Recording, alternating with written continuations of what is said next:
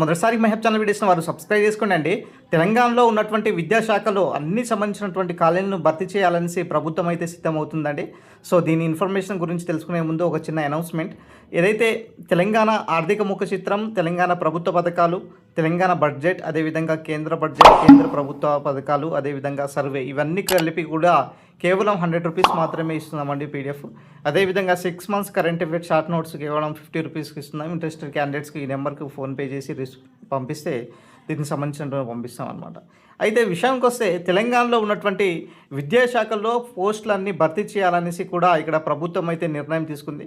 So మనం రీసెంట్గా cabinet సమావేశంలో జరిగినటువంటి ఏదైతే భేటీలో దాదాపు కూడా అన్ని శాఖలో భర్తీకి గ్రీన్ సిగ్నల్ అయితే రావడం జరిగింది.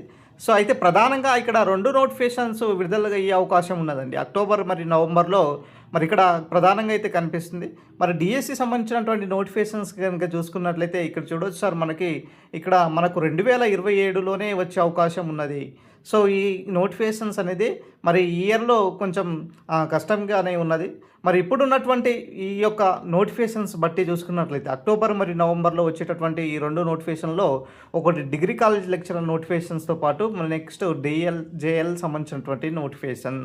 ఈ 2 నోటిఫికేషన్స్ అక్టోబర్ మరియు నవంబర్లో ఎక్స్పెక్ట్ చేయడానికి చాలా అవకాశం ఉన్నదన్నమాట. చాలామంది స్టూడెంట్స్ అడుగుతున్నారు, సార్ డిఎల్ సంబంధించినటువంటి నోటిఫికేషన్, అదేవిధంగా జేఎల్ సంబంధించినటువంటి నోటిఫికేషన్ ఎప్పుడు రాబోతుంది అనేసి. వాస్తవానికి డిఎల్ సంబంధించినటువంటి నోటిఫికేషన్ దాదాపు కూడా ఇప్పటికే మరి దాదాపుగా 500 పైగా పోస్టులతో మరి నోటిఫికేషన్స్ అయితే సిద్ధంగా ఉన్నదండి. ఆల్రెడీ ఆర్థిక శాఖ కూడా దీనికి క్లియరెన్స్ అయితే రావడం జరిగింది. సో అయితే ఇక్కడ చర్చ ఏంటిదయ్యా అంటే ఈ డిఎల్ సంబంధించినటువంటి నోటిఫికేషన్స్ ఏదైతే ఉన్నదో మరి దీనిని పాత పద్ధతిలో రిక్రూట్మెంట్ను భర్తీ చేయాలా, లేకపోతే కొత్త పద్ధతిలో మరి రిక్రూట్మెంట్ను భర్తీ చేయాలి అనేసి ఇక్కడ ఆలోచిస్తున్నారన్నమాట. సో వాస్తవానికి పాత పద్ధతిలోనే భర్తీ చేస్తేనే నిరుద్యోగులకు మరి ఇక్కడ న్యాయం జరుగుతుందనేసి నిరుద్యోగులు మరి తీవ్ర వ్యక్తం చేస్తున్నారు. మరి దీనికి సంబంధించినటువంటి ప్రభుత్వం ఎటువంటి నిర్ణయం తీసుకోబోతుంది అన్న దానిపైన చూడాల్సినటువంటి పరిస్థితి అనమాట.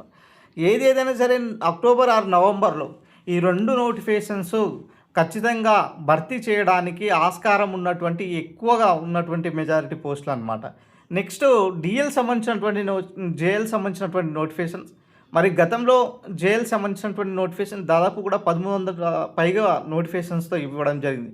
సో ఇప్పుడు కూడా ఇదే స్థాయిలో దాదాపు కూడా వచ్చేసరికి 1000 పోస్టులు పైగా ఉండే అవకాశం ఉన్నది జేఎల్ సంబంధించినటువంటి పోస్టులు. విషయానికి వస్తే మరి డిగ్రీ కాలేజ్ లెక్చరర్లు అయినా సరే జేఎల్ సంబంధించినటువంటి నోటిఫికేషన్స్ అయినా దాదాపుగా 2000+ ఇటు అవుట్సోర్సింగ్ అయినా సరే, తర్వాత గెస్ట్ ఫ్యాకల్టీ లాంటి వాళ్ళు కూడా దీంట్లో పనిచేయడం జరుగుతుంది. కాబట్టి ప్రభుత్వం ఈ యొక్క రిక్రూట్మెంట్ కనుక చేసినట్లయితే దాదాపుగా మరి జిఎల్ డిఎల్ కలిపి దాదాపుగా 1500 నుంచి 2000 వరకు కూడా మనకు నోటిఫికేషన్స్ అయితే రాబోయడానికి ఆస్కారం ఉన్నది. అయితే ఇక్కడ అక్టోబర్ నవంబర్లో విడుదల చేయాలి అంటే మరి ప్రభుత్వము ఈ యొక్క నోటిఫికేషన్స్ను మరి ఏ పద్ధతిలో నోటిఫికేషన్స్ను రిక్రూట్మెంట్ కంప్లీట్ చేయాలి అన్న దానిపైన క్వశ్చన్ మార్క్ అండి.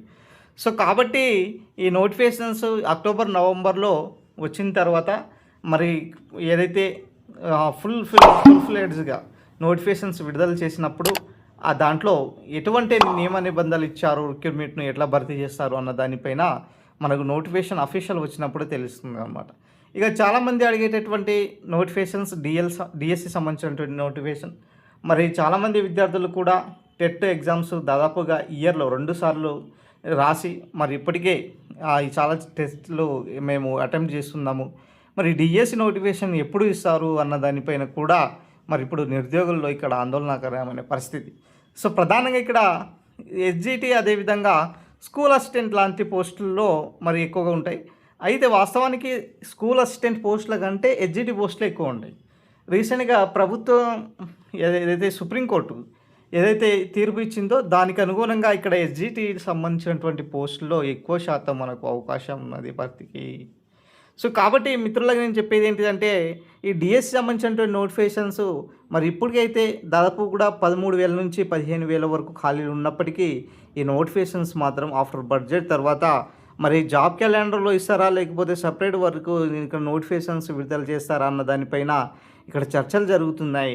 సో, కాబట్టి ఈ నోటిఫికేషన్‌కి సంబంధించినటువంటి అప్డేట్ అనేది మనకు ఆఫ్టర్ 2027లోని అంటే మరో 6 మంత్స్‌లో దీన్ని ఎక్స్‌పెక్ట్ చేయడానికి అవకాశం ఉన్నది. అక్టోబర్, నవంబర్‌లో మాత్రం ఈ 2 నోటిఫికేషన్‌లు. ఈ 2 నోటిఫికేషన్‌లో మరి ఇక్కడ విడుదలయ్యే అవకాశం ఉన్నటువంటి ప్రెజెంట్ సిట్యుయేషన్. సో, ఇది ఓవరాల్‌గా సంబంధించినటువంటి అప్డేట్. వీడియో నచ్చితే లైక్ చేయండి, షేర్ చేయండి, సబ్స్క్రైబ్ చేసుకోండి సార్.